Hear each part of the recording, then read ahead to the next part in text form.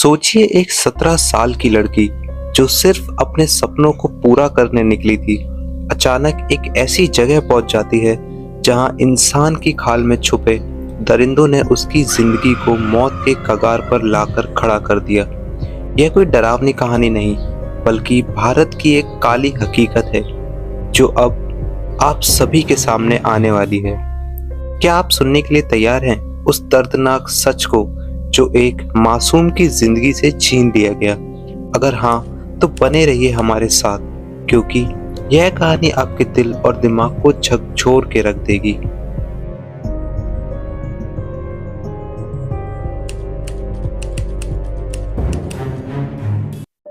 Delta Meghwal, उम्र सिर्फ 17 साल, एक गरीब दलित परिवार की लड़की, पढ़ने में तेज, बोलने में शांत।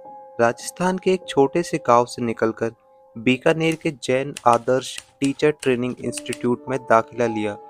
उसकी आंखों में सपना था, टीचर बनकर और लड़कियों को पढ़ाने का।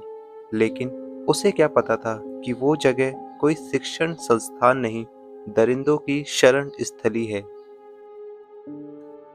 मार्च 2016। डेल्टा को रात में हॉस्टल की वार्डन ने अकेले एक पुरुष टीचर के कमरे में भेजा। नाम था विजेंद्र सिंह। वजह बोलते हैं सफाई करवानी थी। एक नाबालिग लड़की से एक अधेड़ उम्र के मर्द के कमरे में सफाई करवाना, क्या यही होता है एक शिक्षण संस्थान में?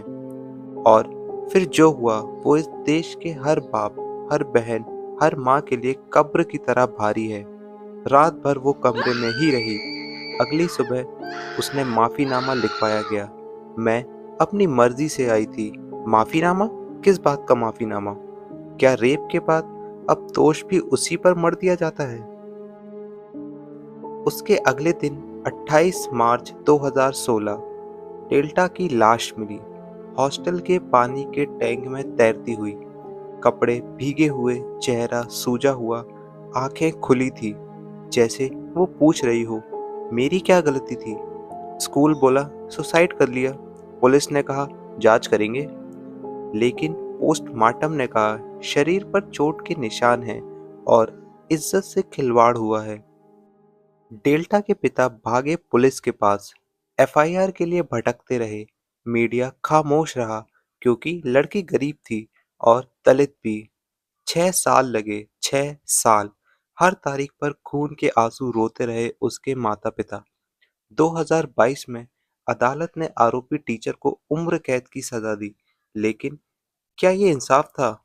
क्या वार्डन निर्दोष थी? और सबसे बड़ा सवाल, क्या आपकी बेटी, आपकी बहन, आपकी छात्रा आज सुरक्षित है?